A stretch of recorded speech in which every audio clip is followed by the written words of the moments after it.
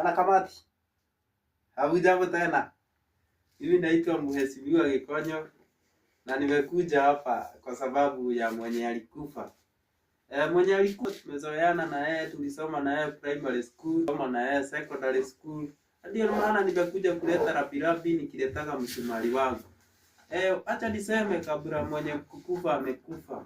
Tulikuwa tunafanya kazi na yeye, alikuwa ananisaidia huko kwa ofisi kupeana basari. Yeye nilikuwa nimefanya chairman of the committee of the secretary general.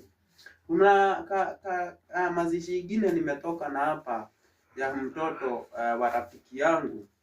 Huyo rafiki tulikuwa tumepatana siku moja ambapo nilikuwa nimekuliwa na shida sana nikiwa nursery school. Yes.